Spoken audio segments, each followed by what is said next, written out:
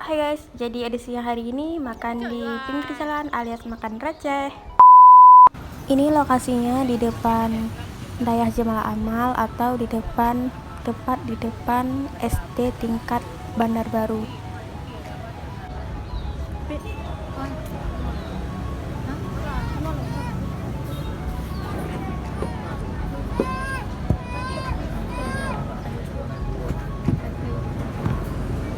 Nah, jadi kita makannya tuh makan batagor.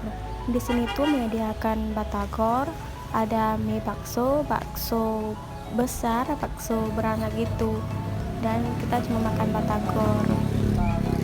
Ini ada ibu-ibu juga guys, makan di depan kita. Nah, seperti ini guys. Ini tiap petangnya selalu ada ya guys di Gunung Putu.